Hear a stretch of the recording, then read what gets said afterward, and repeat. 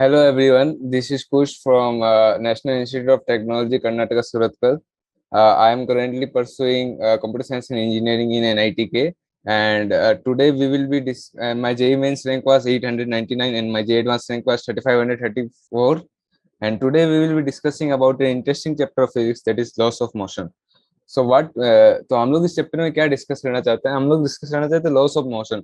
Basic जो Newton Newton हुए थे इस दुनिया में, उन्होंने basic basic 3 loss of motion बताए थे हमको।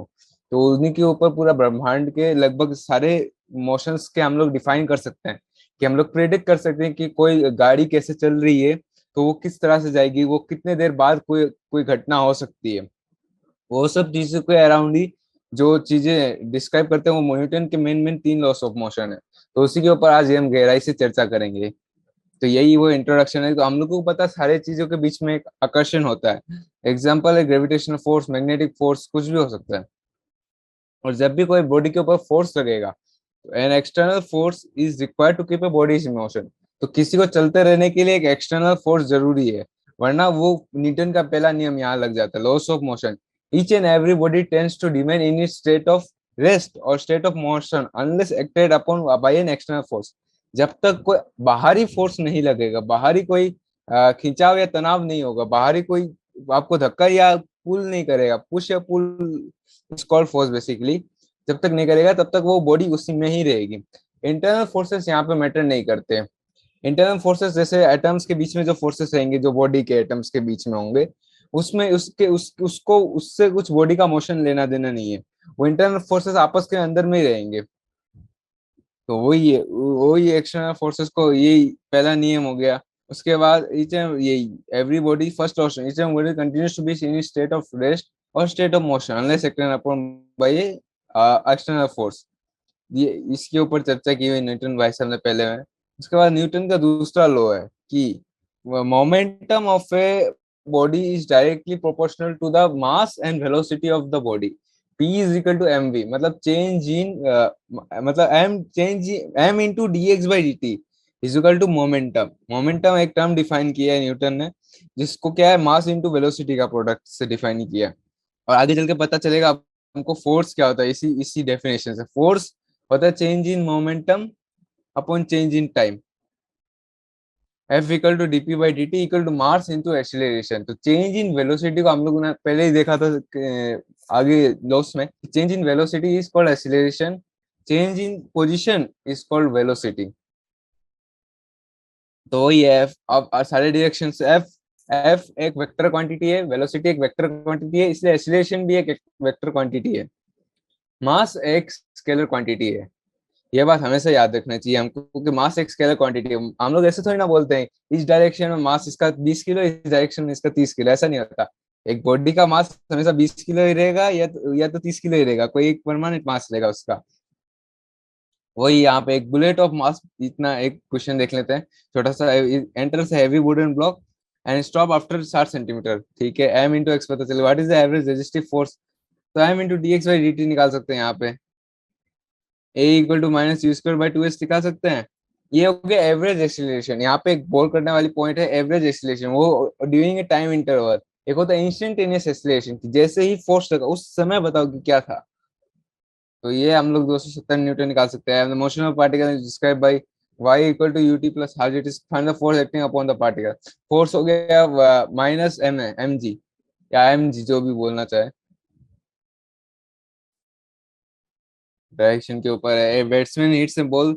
वही अब इसमें यही ये सब चेंज इन मोमेंटम निकाल सकते हैं हम लोग। फोर्स फोर्स इनटू टाइम का हम लोग इंटीग्रल निकाल लेंगे अगर तो मोमेंटम इंस्टेंटेनियस भी निकाल सकते हैं। चेंज इन मोमेंटम होगा force into time divided by mass. Newton third law of motion बहुत ही इंपॉर्टेंट। इसके ऊपर बहुत सारे क्वेश्चंस बनते हैं। एक सबसे इंपॉर्टेंट इसका एक प्रैक्टिकल लाइफ एग्जांपल है फ्रिक्शन का। और इसका एक क्वेश्चन भी फ्रिक्शन के रिलेटेड आता है। मैं पहले बता देता हूँ क्या होता है Newton third law of motion क्या बोलते हैं। Forces always occurs in pair, each and every force to every action there is equal and opposite reaction.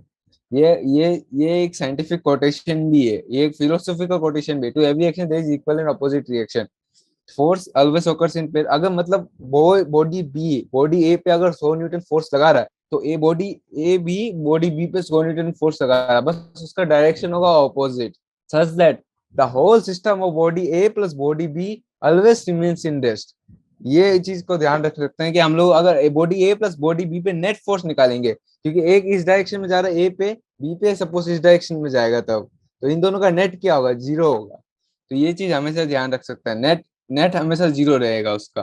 किंतु डिफरेंट बॉडी पे इंडिविजुअली ए पे यहाँ पे लग रहा है, इंडिविजुअल बी पे यहाँ पे लग रहा है, तो अगर हमको इंडिविजुअल कैलकुलेशन करना है तो ऐसा नहीं सोचना कि ए पे यहाँ पे भी लग रहा है, यहाँ पे भी लग रहा है, ए जीरो हो गया, नहीं ऐसा नहीं होगा। ए पे खाली यहाँ पे लग रहा है, बी पे खाली यहाँ पे लग रहा है। वही एग्जांपल यहाँ पे कि यहाँ पे ये जा रहा है तो सीधा टकरा के आ जाएगा, किंतु यहाँ पे से जाएगा तो यहाँ पर से इसकी वेलोसिटी, ये लाइट पार्टिकल्स के जनरली हो सकता है, या बिलर्ड बोल्स कह सकते हैं हम लोग, यहाँ से जैसे ये जाएगी तो ये angle of incidence and angle of reflection is always equal. ये वाली बात भी हम लोग याद रख सकते हैं। अगर यहाँ पे फ्रिक्शन जीरो है, यहाँ पे बहुत इंपॉर्टेंट बात सोचने वाली है कि यहाँ पे फ्रिक्शन जीरो, ये पूरा प्लेन सरफेस है, एकदम चमकाया हुआ सरफेस है। कंजर्वेशन ऑफ मोमेंटम बहुत इंपॉर्टेंट लॉ, इससे इतने क्वेश्चन आए हैं, भर भर के क्वेश्चन आते हैं इससे। कंजर्वेशन ऑफ लॉ मतलब net momentum before accident equal to net momentum after accident, मतलब body A plus body B पे नेट मोमेंटम जितना था equal to body A plus body B पे नेट मोमेंटम जितना था आफ्टर एक्सीडेंट, वो ये। ओके, इसके बाद इक्विलिब्रियम ऑफ पार्टिकल। इक्विलिब्रियम हम लोग क्या बोलते हैं, जब किसी बॉडी पे net force zero, net force zero किसी पॉइंट पे किसी पार्टिकल, पार्टिकल बोल रहे तो एक यहाँ पे जैसे पॉइंट पी पे देखो, यहाँ पे 30 न्यूटन, जैसे अगर मैं जूम करूँ थोड़ा सा, पॉइंट पी पे यहाँ पे 50 लग रहा है, यहाँ पे से टेंशन लग रहा है यहाँ पे, तो अगर पॉइंट पी मूव नहीं कर रहा है, इसका मतलब क्या है, इसके ऊपर फोर्स जीरो है। और फोर्स जीरो, इंस्टेंटेनियस फोर्स भी जीरो, और एवरेज फोर्स होता है इंस्टेंटेनियस फोर्स, मतलब अभी ये जीरो है, बाद में ये चल सकता है, अभी मतलब जस्ट फोर्स लगना चालू हुआ तो ये बाद में चल देगा नहीं, और एवरेज फोर्स जीरो होना चाहिए अपने लिए, ताकि वो इक्विलिब्रियम रहे। एवरेज फोर्स मतलब नेट फोर्स, आज भी कल भी परसों भी 10 दिन बाद भी देखोगे तो वो जीरो रहेगा। तो वही चीज है, इस इक्विलिब्रियम से ये रस्सी वाले क्वेश्चन बहुत आते हैं। कॉमन फोर्सेस इन मैकेनिक्स, यही वही मतलब स्प्रिंग के, स्प्रिंग में एक इंपॉर्टेंट बात सोचने की, इसमें इंस्टेंटेनियस फोर्स जीरो होता है, एवरेज फोर्स कभी भी जीरो नहीं होता। अगर स्प्रिंग को कंप्रेस कर दोगे ना, ये एक बार जी का क्वेश्चन भी है, तो स्प्रिंग कभी भी अगर एक बार आप दबा के छोड़ोगे तो हमेशा ऊपर नीचे ऊपर, मतलब अनलेस वो नेचर में रहता है, वो फ्रिक्शन रहता है तो वो धीरे धीरे कम हो जाती है, हमको ऐसा लगता है। किंतु अगर आप मतलब नो एटमोस्फेरिक रीजन में लगा के एक बार दबाएंगे उसको, तो और एक तरफ से बांध के रखेंगे तो खाली ऊपर नीचे करता रहेगा इनफाइनाइट टाइम तक। और जब यहाँ पे एकदम ऊपर पर पहुंचेगा स्प्रिंग, तब उस पर फोर्स जीरो मतलब जब यहाँ पे पहुंचेगा इक्विलिब्रियम में तो इसका फोर्स जीरो होगा। यहाँ पहुंचेगा तो वेलोसिटी जीरो, मतलब यहाँ से आगे मूव नहीं करेगा। और फोर्स जीरो मतलब वेलोसिटी तो जीरो नहीं है, मतलब वो मूव कर सकता है, किंतु वो उसकी वेलोसिटी चेंज नहीं होगी कुछ सेकंड के लिए। जैसे फिर बाद में यहाँ पे फोर्स लगना चालू हो जाएगा तो फिर वेलोसिटी गिरने लगेगी, फिर यहाँ तक वो पहुंचेगा तो वेलोसिटी नेट जीरो हो जाएगी। यही होता है स्प्रिंग का कॉन्सेप्ट। ये आ गया फ्रिक्शन। फ्रिक्शन बहुत इंपॉर्टेंट है, बहुत यूजफुल भी है और बहुत डैमेजफुल भी है। ये फ्रिक्शन की वजह से एग्जांपल दो, अफ्रीका में हर साल आग लगती है, इतने पेड़ जलते हैं, होते फ्रिक्शन की वजह से। क्या होता है उसमें, तो लीव्स होते हैं वो आपस में रगड़ते हैं तो रगड़ जैसे एक दूसरे का हम लोग जैसे हाथ कैसे रगड़ेंगे तो गर्माश पैदा होगी। गर्म heat is a form of energy ना, तो वो एनर्जी कहाँ से आ रही है, जब एक दूसरे के ऊपर हम लोग ऐसे हाथ रगड़ रहे हैं तो फोर्स लग रहा है उसके ऊपर, तो उसकी वजह से गर्माहट पैदा हो रही है। वैसे ही लीव्स में भी ऐसा होता है, इसलिए वो आग लग जाती है। उसके बाद हम लोग देखते हैं फ्रिक्शन। जैसे ये फोर्स है तो फ्रिक्शन दो तरीके के फोर्स होते हैं। फ्रिक्शन दो तरीके होते हैं, एक स्टैटिक फ्रिक्शन, एक होता है काइनेटिक फ्रिक्शन। स्टैटिक फ्रिक्शन तब लगता है जब वो फोर्स क्या बोलते हैं स्टैटिक, वो मतलब जब हम लोग धक्का मार रहे हैं किंतु हम लोग श्योर हैं कि वो हिलेगा नहीं। जैसे बहुत बड़े ट्रक को हम लोग अकेले तो, अगर कोई पहलवान नहीं है तो आराम से हम लोग नहीं हिला पाएंगे, तो उस समय उस पर लग रहा है स्टैटिक फ्रिक्शन। फिर जैसे सपोज कोई छोटे सी कोई, जैसे मान लो कोई डब्बा है तो उसमें हम लोग ऐसे धक्का मारेंगे तो वो चल रही है, किंतु उसमें फिर भी रुकने की वो पीछे रगड़न तो हो ही रही है नीचे, वो ऐसे चल रही है, पीछे से रगड़न हो रही है। तो पीछे वो जो रगड़न हो रही है वो होती काइनेटिक, मतलब चलती हुई अवस्था में जो फ्रिक्शन लग रहा है उसे कहते हैं काइनेटिक फ्रिक्शन, और रुकी हुई अवस्था में जो फ्रिक्शन लग रहा है उसे कहते हैं स्टैटिक फ्रिक्शन। यही कॉन्सेप्ट है काइनेटिक और स्टैटिक्स का। और फ्रिक्शन का हम लोग अगर जनरली मैं अगर बता दूं यहाँ पे, तो उसकी मात्रा कितनी होगी, अगर ये रुकी हुई है तो एफ एस का होगा new S. New is any coefficient of friction और कोफिशिएंट स्टैटिक फ्रिक्शन, अगर बाय टर्म्स में जानना चाहो, एफ एस होगा new S into net normal force. Net normal force इस केस में अगर ऊपर से कोई फोर्स नहीं लग रहा, मतलब M G net vertical force जो होता है, तो यहाँ पे एम जी लग रहा है, वहां पे होगा एफ के में होगा न्यू के इंटू एन। न्यू के क्या होता है? Coefficient of kinetic friction. तो यही है। तो रगड़न एक बार हमेशा ध्यान रखनी चाहिए कि रगड़न हमेशा दो सरफेस के बीच में होगा। अब यहाँ पे जैसे मैंने बोल दिया वर्टिकल फोर्स, ऐसा नहीं करना कि वर्टिकल मान लिया। तो जो जो रगड़न के बीच में होगा, जैसे यहाँ पे देखिए ये क्वेश्चन है, अगर सपोज यहाँ पे जैसे हम लोग एक बाल बाल के अगेंस्ट में ऐसे ऐसे कोई सामान रख दे, तो यहाँ पे तो वर्टिकल ऐसा लग रहा है, फ्रिक्शन यहाँ लग रहा है, किंतु हर बार जरूरी नहीं है कि फ्रिक्शन फ्रिक्शन का कोई फिक्स डायरेक्शन, फ्रिक्शन हमेशा बिटवीन द सरफेस होगा। उसके अलोंग फोर्स लगे या ना लगे, फ्रिक्शन बिटवीन द सरफेस हमेशा होगा। यही वो यहाँ पे टेंशन लग रहा है, तो फ्रिक्शन अभी आप पहले हम लोग निकाल सकते हैं, पहले चेक करने का तरीका मैं बता देता हूँ, उसके बाद हम लोग क्वेश्चन के ऊपर जाते हैं। इसमें चेक करने का तरीका है कि पहले हम लोग static friction into net normal देख लेंगे। अगर वो चीज अगर टेंशन से ज्यादा है तो बॉडी हिलेगी ही नहीं, इतना तो कंफर्म मान लो, और वो अब इसे सॉल्व कर देना। और अगर वो चीज into normal less than tension है, तो वो बॉडी हिलनी तय है। उसके बाद जो नेक्स्ट कैलकुलेशन हम लोग करेंगे, वो not according to static friction करेंगे, वो अकॉर्डिंग टू काइनेटिक फ्रिक्शन हम लोग करेंगे। बहुत इंपॉर्टेंट पॉइंट ध्यान रखने वाली बात है यहाँ पे। हम लोग पहले देख रहे हैं, ये देखिए is less than acceleration is less than this one, तो एक्सीलरेशन मैक्सिमम हम लोग निकाल सकते हैं ऐसे। वही रोलिंग फ्रिक्शन जब रोल करते हैं, ये बेसिकली अगर हम बियरिंग्स की बात करें तो यहाँ पे बियरिंग्स में होता है, वो एक अलग कहानी है। वो जनरली एक सर्कुलर मोशन नाम का एक चैप्टर उसमें पढ़ाया जाता है। ये जनरली मैं फटाक से एक बार बता देता हूँ, जैसे मैं बोला था सर्कुलर मोशन में, कि जैसे कोई गाड़ी गाड़ी गोल गोल घूम रही है, तो फ्रिक्शन तो उसके ऊपर नीचे सरफेस पे लग रहा है, इधर भी लगना चाहिए। तो ये देखिए फ्रिक्शन की डायरेक्शन ऐसी होगी, दोनों डायरेक्शन में होगी, बाई डायरेक्शनल होगी, क्योंकि नॉर्मल यहाँ लग रहा है ना फ्रिक्शन के, तो यहाँ से नॉर्मल से परपेंडिकुलर फ्रिक्शन यहाँ लगेगी, तो बाई डायरेक्शनल होगा फ्रिक्शन इसमें। जैसे गाड़ी यहाँ पे ऐसे सीधे चल रही है, तो यार सीधा सीधा सीधा यहाँ लग रहा है, ये तो यहाँ पे फ्रिक्शन दोनों डायरेक्शन में लग रहा है। तो इसी को रोलिंग फ्रिक्शन कहते हैं बेसिकली, जब दो डायरेक्शन में लग रही है वो, क्योंकि चीजें रोल कर रही है। हाँ, वो एक्शन रिएक्शन पे थोड़े से एग्जांपल्स होंगे यहाँ पे। नोटिंग द फोर्स वो कैसे सॉल्व करने का, वो बस इतना ही सही चैप्टर था। तो इस पे बेसिकली तीन लॉस ऑफ मोशन है, सीधा सीधा इनर्शिया, उसमें कोई कैलकुलेशन नहीं, बस याद रखना कि बॉडी जीरो रहेंगे नहीं। सबसे सही। उसके बाद सेकंड है momentum. Momentum P equal to MV, सीधा सीधा फॉर्मूला, पी को अपन लिख सकते हैं MV M D X by D T लिख सकते हैं। और एफ क्या है?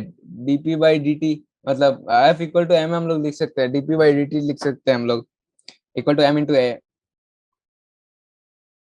तो वही है, वही सीधा सीधा वो सब कैलकुलेशन से फ्रिक्शन आ गया थोड़ा बहुत। यहाँ पे स्टैंडर्ड यूनिट हम लोग याद रख सकते हैं उसकी क्या है क्या नहीं है। चलिए थोड़ा सा एक्सरसाइज करते हैं। नेक्स्ट एक्सरसाइज के ऊपर आए हैं, तो हम लोग यहाँ पे ये देखिए, for simplicity equal to 10 metre per second square, बहुत बढ़िया। Even the magnitude in direction net force acting on a drop on constant speed है, मतलब नेट फोर्स जीरो होगा, मतलब ड्रॉप है ऐसे। उसका जो वजन होगा एम जी, यहाँ पे लग रहा है, यहाँ पे एम जी लग रहा है, और फ्रिक्शन यहाँ पे लग रहा है। मैं बोल रहा हूँ ना, फ्रिक्शन जरूरी नहीं है हर समय यहाँ पे पैरेलल लगे, क्योंकि एयर चारों तरफ से इसको गिरा रही है, किंतु यहाँ पे ओरिजेंटल में कोई फोर्स जब तक नहीं लग रहा है तो फ्रिक्शन काम में नहीं आएगा। अब यहाँ पे एमजी फोर्स लग रहा है, तो पीछे वाली एयर क्या करेगी, इसको ऊपर धकेलेगी, कि नीचे फोर्स गिर रहा है ना, वो चाहेगी कि बबुल ऊपर उठे, तो एमजी भी यहाँ पे भी लगेगा, वो क्या होगा, फ्रिक्शन होगा। और तब नेट फोर्स जीरो है, तो कांस्टेंट वेलोसिटी मतलब नेट फोर्स जीरो, कांस्टेंट जगह पे है, मतलब नेट वेलोसिटी इज जीरो। एक और को मास 10 ग्राम और फ्लोटिंग ऑन वाटर, ठीक है, फ्लोटिंग ऑन वाटर ऐसे, इसका नेट मार्जिन यहाँ लग रहा है, यहाँ पे वो नॉर्मल लग रहा है, फ्रिक्शन तो लगेगा नहीं यहाँ पे ये नॉर्मल लग रहा है, क्योंकि ये सरफेस पे आ गया ना, यहाँ पे तो कोई सरफेस नहीं है ना, हवा में घूर रहा है। A kite still held stationary in the sky, held stationary in the sky, मतलब ऐसे काइट है यहाँ पे स्टेशनरी है, तो यहाँ से अगर धागा धागा की जिससे धागे, यहाँ पे एमजी भी लग रहा है, यहाँ पे धागा से फोर्स भी लग रहा है, तो नेट हवा हवा क्या बोलेगी, मैं इस डायरेक्शन में इनके बीच में से इनका नेट डायरेक्शनल फोर्स जीरो कर दूंगा। है स्टेशनरी मतलब वेलोसिटी जीरो, सीधी सी बात है, ऊपर ऐसे ही रखे हुए आप लोग। कार मूविंग कांस्टेंट वेलोसिटी, ठीक है, वो मतलब फ्रिक्शन इतना आगे पीछे वो बराबर कर दिया, कट गई। High speed electron in the space from all objects study of electric magnetic field. हाँ, तो स्पेस स्पेस में हम लोग जनरली क्या समझते हैं कि कुछ भी नहीं है, तो फोर्स कौन लगाएगा उसके ऊपर? वो जितनी स्पीड से वो चलता ही रहेगा, इनर्शिया ऑफ मोशन, जितनी स्पीड से चलता ही रहेगा, चलता ही रहेगा। A people of mass is thrown vertically upwards, give the direction magnitude of the net force on the people going in upwards motion। Upwards motion में कंटिन्यूसली mg यहाँ पे लग रहा है, किंतु वेलोसिटी यहाँ पे, मतलब फ्रिक्शन हमेशा याद रखनी चाहिए ये वाली बात। अगेंस्ट द मोशन होता है, अगेंस्ट द फोर्स नहीं होता, अगेंस्ट द मोशन। तो वो पीपल भले ही ऊपर जा रहा है, mg नीचे लग रहा है, तो फ्रिक्शन भी उस समय नीचे लगेगा। ये बहुत इंपॉर्टेंट पॉइंट है, गौर करने लायक पॉइंट है। और उसके बाद नेक्स्ट हम लोग यहाँ पे देखते हैं ड्यूरिंग डाउनवर्ड मोशन, तो mg नीचे लग रहा है और फ्रिक्शन तब ऊपर लगेगा। अच्छा, इसमें एक बहुत गौर करने वाला एक बहुत इंपॉर्टेंट क्वेश्चन भी बन सकता है। मतलब जोकिंगली मैं बोल रहा हूँ, क्या ऐसा हो सकता है कि फ्रिक्शन इतना ज्यादा लग जाए कि ये mg को ओवरकम कर दे, मतलब नीचे गिरते गिरते पीपल अपने आप ऊपर चले जाए? ऐसा हो सकता है क्या? इसका आंसर है नहीं, क्योंकि फ्रिक्शनल फोर्स बहुत बहुत कम होता है एयर का फ्रिक्शनल फोर्स। मतलब ऐसा हम लोग डिजाइन कर सकते हैं, डेफिनेटली ऐसे डिजाइन कर सकते हैं, किंतु फ्रिक्शनल फोर्स जनरली बहुत रेजिस्टिव होता है, मतलब बहुत कम होता है एयर का। तो नेचुरली हम लोग ऐसे देख नहीं सकते इसको। द हाईएस्ट पॉइंट जो मोमेंटरीली जीरो है, तो फ्रिक्शन जीरो मान सकते हैं ड्यूरिंग द हुआ समय। नहीं, तो उस समय यहाँ पे इस डायरेक्शन में लग रहा है। अच्छा, यहाँ पे एयर का शायद मेरे हिसाब से, मैं ऐसे ही मतलब दोनों बोल रहा हूँ कि एयर के हिसाब से, मेरे हिसाब से फ्रिक्शन जनरली हम लोग कंसीडर नहीं करते। एयर में फ्रिक्शन होता है लेकिन जनरली न्यूमेरिकल से हम लोग कंसीडर नहीं करते। ये वाली बात गौर कर सकते हो तुम लोग। यहाँ तो मैं चलो समझा रहा हूँ तो ठीक है, किंतु इस आगे क्वेश्चन में करो तो एयर का रेजिस्टेंस, अच्छा यहाँ पे लिखा हुआ भी इग्नोर एयर रेजिस्टेंस, तो एयर का रेजिस्टेंस तो हमको इग्नोर करना है। तो उसके बाद ये 0.1 kg है, 0.1 kg में लग रहा है, ठीक है। Just after it is drop from the window of stationary train, ठीक है, कोई बात नहीं। 0.1 kg है तो एक मीटर पर सेकेंड स्क्वायर से 0.1 × 10, यानी 1 मीटर, 1 न्यूटन फोर्स इसमें नीचे लग रहा है। 0.1 × 10 हो गया जी का value. Just just after it is drop from window of running train, constant velocity, ठीक है, अच्छी बात है। वेलोसिटी से अपने को फर्क नहीं पड़ता, फिर it is drop from acceleration. अच्छा, यहाँ पे गौर करने का, हमेशा एक्सीलरेशन वो चीज ट्रेवल ले जाएगी साथ में, वेलोसिटी कभी नहीं ले जाएगी। 1 मीटर पर सेकंड स्क्वायर इधर भी आ जाएगा, तो ये वाली बात ध्यान रखने वाली है। Where a string of length L is connected to a particle of mass m and the other to a small peg of the small horizontal table, okay? Okay, ऐसे है situation कुछ, and the other to the small horizontal table। अच्छा, एक minute, one and other, okay, ये ऊपर से देख रहे हैं हम लोग, ठीक है। The particle moves in the circle speed v, the net force of the particle direction towards the center is, okay, T plus M V square T, और M V square by T तो यहाँ लगना चाहिए। Okay, got it. Problem क्या हो सकती है? The particle moves in circular speed V, the net force of the particle M V square by T, तो T equal to M V square होगा, M V square by T होगा, क्योंकि इस direction move नहीं कर रहा है, वो ऐसे घूम रहा है सर्कल में। जो टी होगा वही M V square by T होगा। जनरली हम लोग बोल सकते हैं कि T equal to M V square by T होगा। टेंशन इस पे ऐसा लग रहा है, तो वही बाहर की तरफ लग रही, तो नेट जीरो हो सकता है। Constant redirecting force of 50 newton is applied, moving limit speed 15 metre per second से चल रहा था, ठीक है। हाउ लॉन्ग, ठीक है यार, ये तो v इक्वल टू प्लस सी सीधा सीधा 15 डिवाइडेड बाई ए क्या होगा, 2.5 metre per second square, 15 divided by 2.5 लगा दो ना, कितना होगा, 25 × 10 लगा दिया। One v equal to U plus C लगा दें अगर हम लोग, v इक्वल टू अगर हम लोग u प्लस 80 लगाए, तो फिर क्या आएगा, 15 डिवाइडेड बाई 25 आएगा, 15 डिवाइडेड बाई 25, 25 भी कैसे आएगा, 25 नहीं, 2.5 आएगा, 2.5, जो कि इक्वल टू कितना है, 25 × 10, 150 डिवाइडेड बाई 25, यानी कि 6 आंसर होगा इसका, 6। सही है। उसके बाद नेक्स्ट क्वेश्चन हम लोग अगर देखें, ठीक है, एक कांस्टेंट फोर्स 3 kg पे एक्ट कर रहा है, बी 2 से 2.5, ये तो बहुत इजी क्वेश्चन है। Change in velocity rate metre per second, v equal to U plus AT, फिर से लगा दो। v equal to U plus AT, फिर से लगाओ इस पे। v कितना है 3.5, u कितना है 2, तो 1.5 डिवाइडेड बाई 25, 1.5 डिवाइडेड बाई 25 फिर से कर दो, 1.5 डिवाइडेड बाई 25 इक्वल टू कितना होगा, 15 डिवाइडेड बाई 250 इंटू 10, 3/5 इंटू 10 50, 6/100, 6/100 यानी कि 0.06 मीटर पर सेकंड स्क्वायर होगा इसका एक्सीलरेशन। और इससे मास से मल्टीप्लाई कर दो तो 0.18 अगर फोर्स होगा, उसको 5 kg एक कर रहा है, ऊपर परपेंडिकुलर फोर्स 60 और न्यूटन है, give the magnetic direction of the acceleration. तो नेट फोर्स कितना होगा, √8 स्क्वायर, क्योंकि perpendicular 100 square 8 square plus 106 square अपने को लगाना पड़ेगा, ठीक है। तो मतलब नेट फोर्स होगा 10 न्यूटन डिवाइडेड बाई 5 kg यानी 2 मीटर पर सेकंड ऐसे जाएगा। इसका एंगल होगा यहाँ से 8 न्यूटन, मतलब 10 इनवर्स 8/6 बोल सकते हैं हम लोग। Driver of A three wheeler इतना side brings physical to rest in what is the average returning force। 36 kilometre per hour से चल रहा था, 4 सेकंड में पूरा छोड़ दिया उसने, ठीक है। Average retarding force in the vehicle, okay.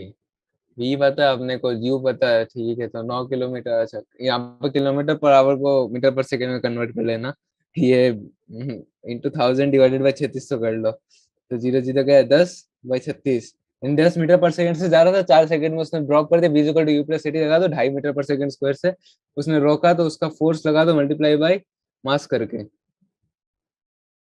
सीधी सी बात है। और ये हाँ मास की जरूरत पड़ेगी इसमें, force on the vehicle, yes. Mass of the vehicle 400 kg and mass of the driver, तो 465 kg को अपने को जीरो करना, 465 इंटू 2.5 कर दो, आंसर अपने आप मिल जाएगा, यस। रॉकेट लिफ्ट 20 kg, अच्छा 20,000 kg, okay, lasted upwards, initial acceleration 5 metre का, इनिशियल थ्रस्ट फोर्स होता था 20,000 kg 5 metre per second square, कितना इजी, 1 लाख, 1 लाख, 1 लाख न्यूटन, मतलब बहुत ज्यादा होता है। सोच सकते हैं हम लोग कितने जोर से रॉकेट को ऊपर फेंकते हैं, 1 लाख।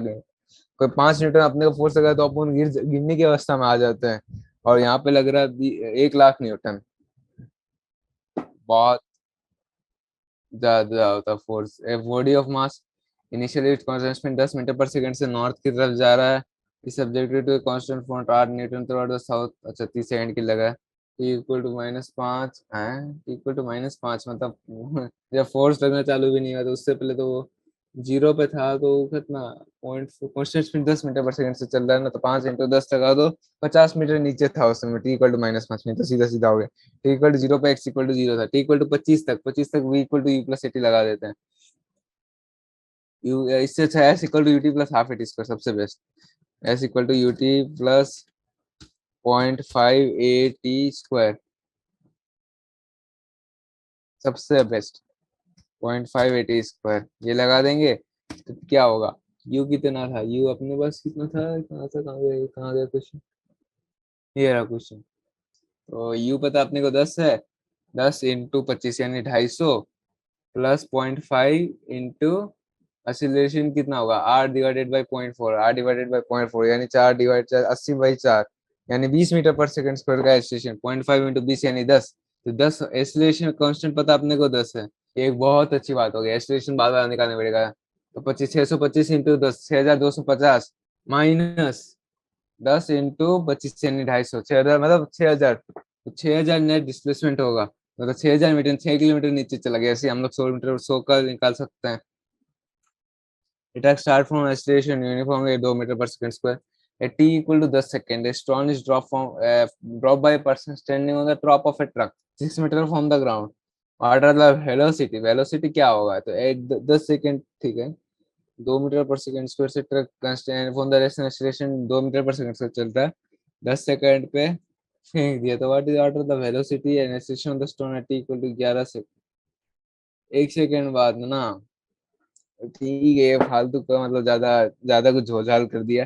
तो 10 सेकेंड में इसलिए स्पीड कितनी होगी वेलोसिटी इसकी 20 मीटर पर सेकेंड, जैसे आप छोड़ोगे उसको पीबल की नेट जीरो होगी, एक्सीलरेशन ऑफ द स्टोन होगा mg, ओ mg plus mass of the stone into acceleration होगा 2, तो 2 √10² + 2 स्क्वायर करना पड़ेगा, और वेलोसिटी नेट 0 होगी। A bob of mass 0.1 kg hung from the ceiling of a stone, 2 metre है, ठीक है। अगर हम लोग देखें क्वेश्चन को, ऐसे बॉब है 0.1 kg हंग कर रहा है, 2 मीटर लंबी स्ट्रिंग है, इस set into acceleration, string mean position जब यहाँ पे था 1 मीटर पर सेकेंड से ये चल रहा है। What is इसका टर्न अच्छा at one of the extreme points. Okay, मतलब यहाँ पे जब था तो नेट वेलोसिटी सपोज इसकी 0 थी।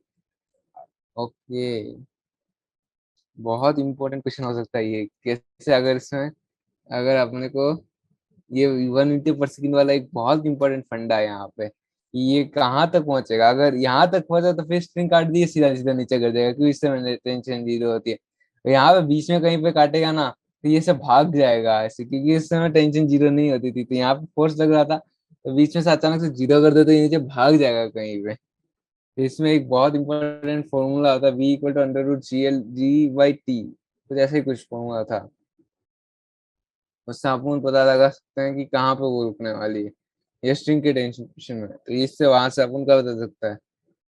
एक्सट्रीम पोजीशंस में काट रहे हैं तो वो तो चलो ठीक है, बहुत इजी बात है कि यहाँ से सीधा नीचे, तो बीच में कहीं पे काट रहे हैं तो बहुत दिक्कत है, और यहाँ पे काट रहे हैं तो कोई दिक्कत नहीं होता, सीधा सीधा यहाँ पे वेलोसिटी थी, यहाँ पे जाएगा, किंतु फोर्स यहाँ नीचे लग रहा था, ऐसे कहीं ऐसे गिरते चले जाएगा यहाँ पे कहीं पे। चलो नेक्स्ट क्वेश्चन देखते हैं। Man of 70 kg standing on the weighing scale in lift which is moving, ठीक है, ऊपर जा रहा है 10 मीटर पर सेकंड से, 70 kg मापा होगा।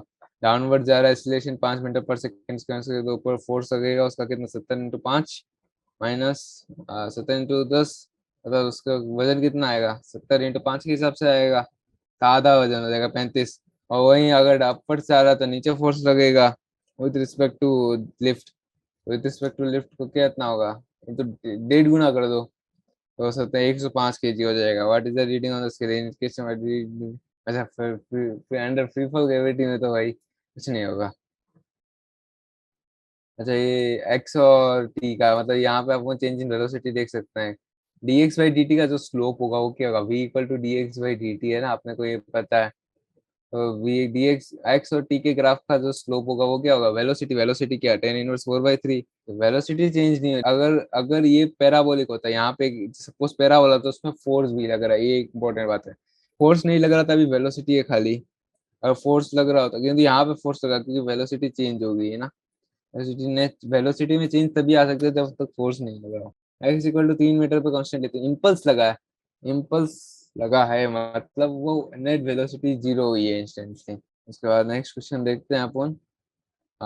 15 वाला, द बॉडी 10 kg और 20 kg respectively, horizontal surface, horizontal force 600 N is applied to A and B along in the direction to the okay, ठीक है, ए और बी ऐसे ऐसे बांधे हुए हैं, 10 kg और 20 kg के हैं, 600 न्यूटन यहाँ पे लग रहा है ए पे, ठीक है। फिर सब लोग इस तरफ की गाड़ी में अगर नेट अगर ऐसे ऐसे पूरा एक डब्बा बांध ले तो 600 न्यूटन लग रहा है, 30 kg ऊपर, 600 / 30 कर दो कितना होगा, सीधा सीधा बात है।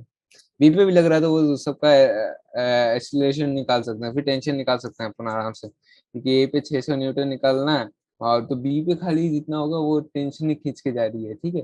तो 600 / 30 पर अपन बताते कितने होते हैं, 600 / 30 कर लिया, फटक से आगे 20 metre per second square, B को 20 मीटर पर सेकेंड स्क्वायर से खींचना जरूरी है। एक जब फर्स्ट वाले केस की बात कर रहा हूँ, तो बी को 20 मीटर पर सेकेंड स्क्वायर से खींचना जरूरी है, 20 kg का आदमी है तो 400 न्यूटन टेंशन हो गया, सीधी सीधी बात। और जब बी पे लग रहा होगा तो ए को 20 मीटर पर सेकेंड स्क्वायर से खींचने की जरूरत है, तो ए 10 kg का, तो 200 न्यूटन होगा का टेंशन, सीधी सीधी बात। Two masses A connected to an friction the mass and tension under masses are this, ठीक है। तो 12 kg और 8 kg है, ऐसे नेट अगर ऐसे मानने वाले तो 120 यहाँ लग रहा है, 80 यहाँ पे लग रहा है। तो नेट यहाँ पे अपन मान ले 40 40 के हिसाब से सब घूम रहे हैं यहाँ पे, तो नेट मास कितना है 20 kg, तो 120 में 40 divided by 2 metre per second से नीचे जा रहे हैं, तो 80 न्यूटन को यहाँ से 2 मीटर पर सेकेंड स्क्वायर से 80 minus 2 metre per second square, मतलब 16 न्यूटन लगना चाहिए। यहाँ पे 80 न्यूटन लग रहा है, मतलब यहाँ पे 96 न्यूटन लग रहा है। 96 Newton is the tension in the string and net restriction is 2 meter per second square. And nuclear is test is less stability. So if it distinguishes into two small molecules and the products must move in opposite. Okay, got it? हाँ वही, मतलब अगर दोनों opposite direction तो net वो velocity 0 होनी चाहिए तभी काम होगा उसमें। क्या मतलब कंजर्वेशन ऑफ मोमेंटम, वो उससे हम लोग ये प्रूव कर सकते हैं। 2 billiard balls each of mass 0.5 kg moving in the opposite direction with speed 7 meter per second square collide and rebound with the same speed. What is the impulse? Okay, net change mv to mv मान लो।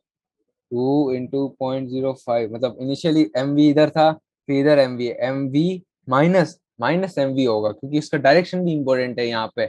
Impulse क्या होता है? Change in momentum. ठीक है, तो 0.05 into 6 into 2, इसमें बहुत बच्चे जल्दी करते हैं, 0 कर देते हैं, क्योंकि वो डायरेक्शन को कंसिडर नहीं करते। नहीं, डायरेक्शन को कंसिडर करना जरूरी है। तो इसमें क्या होगा? 12.1 इंटू 6 यानी 0.6 kg मीटर पर सेकेंड, ये होगा impulse. A cell of mass 0.0 kg is fired by a gun of 100 metre per second and the muzzle speed is 80 metre per second. What is the recoil? recoil generally impulse को अगर हम लोग मान ले तो 80 metre per second से था, वो 0 पे आ गया। कौन 0 पे आएगा? गन 0 पे आएगा, सेल को तो नेट 0 होना चाहिए ना।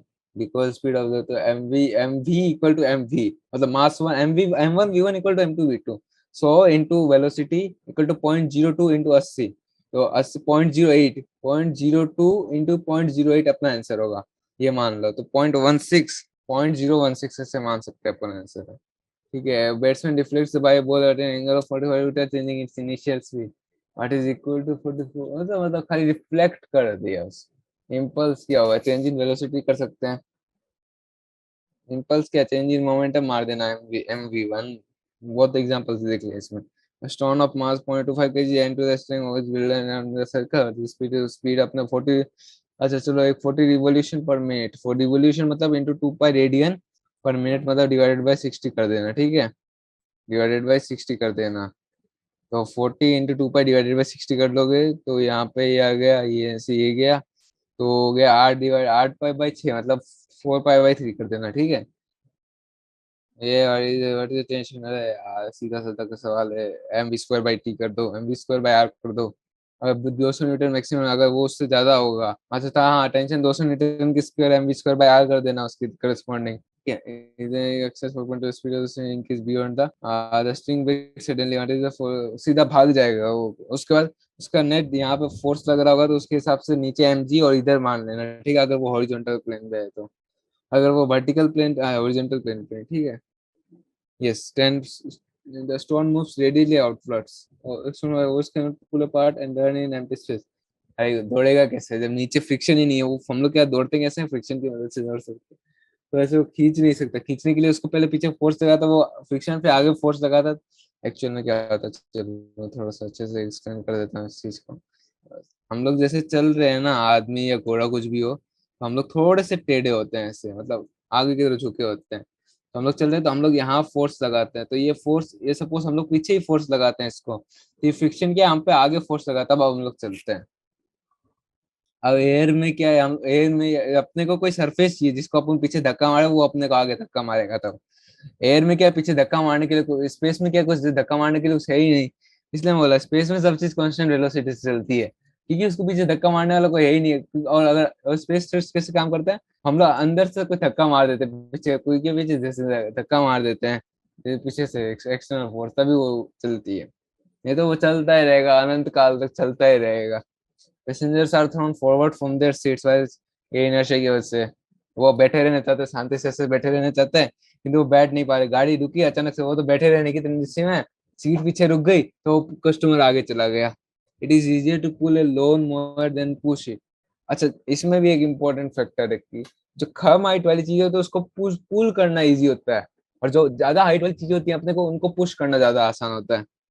A cricketer moves his hand backwards while holding A catch, ताकि टाइम ज्यादा लगे। अगर वैसे पकड़ रहे हैं ना कैच, तो टाइम ज्यादा हो रहा है, तो इम्पल्स कम होगा। Time, impulse is inversely proportional to time.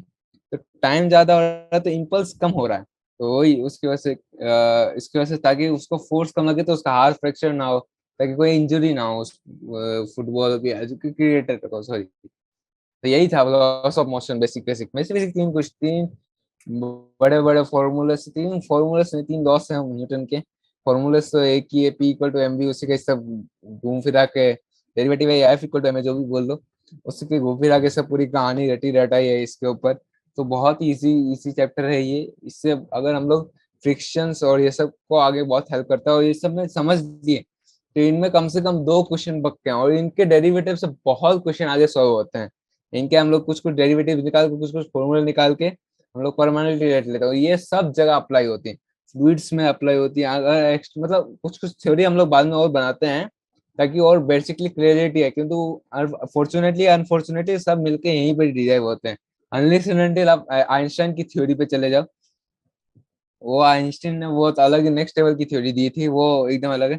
किंतु 90% फिजिक्स ये 3 दोस्त से सॉल्व हो जाती है। आपने जेई में यही मोटा मोटा है, बहुत इजी क्वेश्चन है। तीन तीन दोस्त याद कर लो, एफ इक्वल और एक formula F equal to M है, बहुत इंपॉर्टेंट फॉर्मूला, याद कर लो, पूरा चैप्टर खत्म। आई होप ये आपको चैप्टर समझ में आएगा, ये आपको अच्छा लगा होगा। Thanks for listening to me, and stay tuned for more updates. Thank you.